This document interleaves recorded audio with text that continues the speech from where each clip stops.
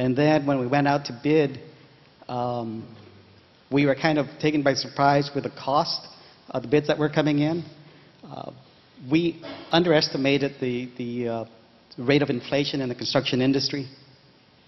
So we went back and made some changes to the redesign and redesigned it. We also had to work intensively with the regulatory agencies to get their approval and also to work out some of the solutions to problems they wanted that would not impact too much in terms of the cost. The award was issued out last summer. The contractor is doing the work now.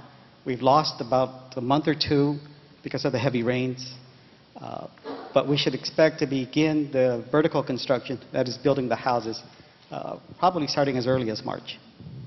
And you've also had to be creative in the zoning, like the design of the houses, where the footprint is. You've lost some lots because of the regulations for the ponding basins. We've lost some space on the road because of the turning radius required by the fire department. And so these are all the things that they've had to deal with in order to come up with just 56 homes.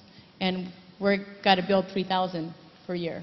So just wanted to, having been at Gora and having seen them go through this process just to get this off the ground, I just wanted to give you more information on how hard they're working.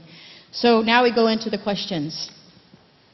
First question is, adequate and affordable housing will be more difficult to find in the future. But what can we do today in order to deal with the need for housing that does not force us to intensify economic and social difference? Private developers will definitely build to maximize profits. So this will not be compatible with the low-income housing issues.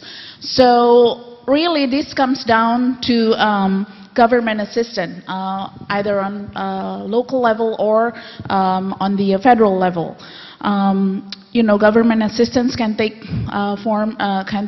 many forms. For example, the direct and indirect financial aid that will enable developer to build it. Just like in the Sagan Bonita, the developer, it cost them 220, but they can sell it for 150,000.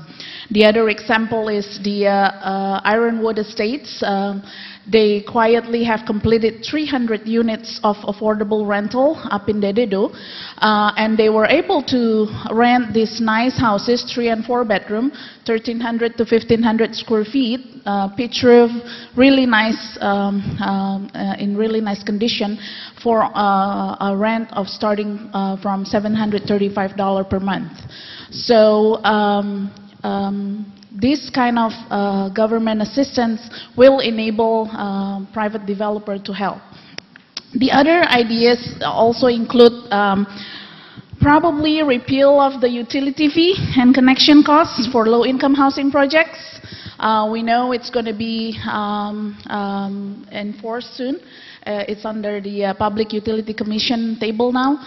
But if they can repeal that, that will, you know, take out some of the cost. The other thing is waiving the real property tax probably for low-income housing and helping out in closing costs. I know Jeremy has a program for that, I think, the Guam Housing Corporation, and especially other tax-related aid to developers. On individual basis, you know, people can always get help from the Rural Development Program. I wish I know this program 10 years ago when my husband and I first buy homes, but a lot of first-time home buyers doesn't even know this RD loan exists.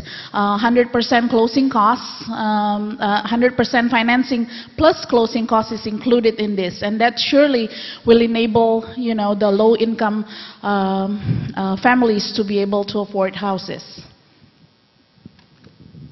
What do you think, Max? My take, basically, when sitting with a bunch of realtors, developers, is with this adequate and affordable housing, you have to come up with a definition.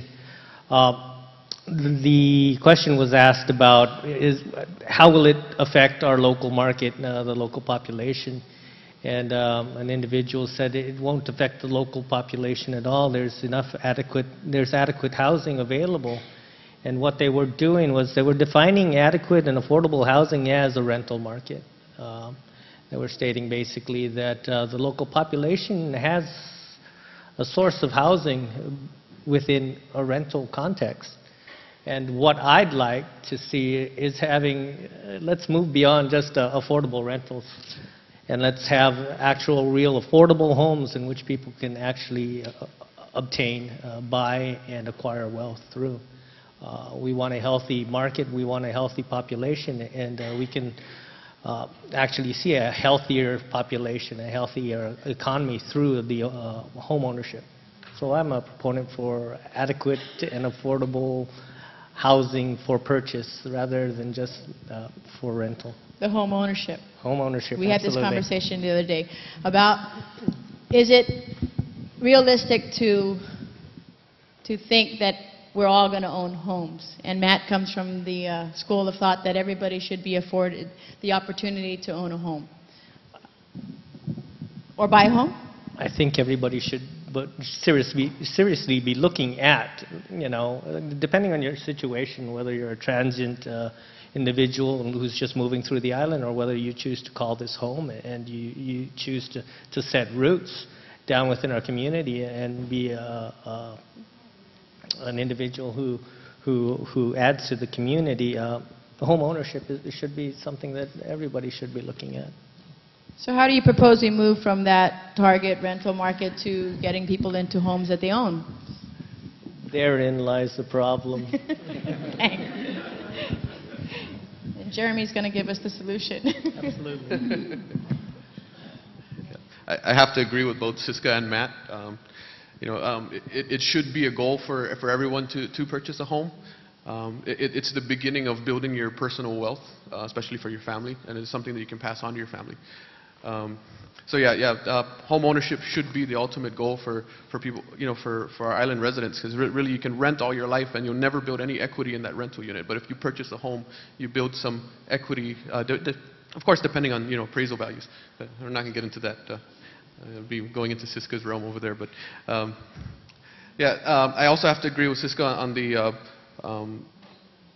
the thought of government subsidies. They do help to reduce the cost of housing, such as the CDBG tax credits and the block grants and other programs. Also working with Guam Housing or USDA to finance with lower interest mortgage loans. So there's different ways to approach it. And we all work collaboratively, as I said, as a group to try and find ways to assist our affordable housing income groups. Thanks. And so how can USDA help to deal with this buildup? Well, again, our goal is always to help people get into a home, especially for those that are very low to moderate income. For example, with our direct loan program, we can lend with a person with very low income at a 1% interest rate and subsidize the rest. And so that, for example, I was able to help a single mom with her two children. She only made like $29,000 a year. And we were able to give her a loan at 1%, because she qualified for that much subsidy. And so she was able to build a house, buy land and build a house for $192,000. And our closing cost fees were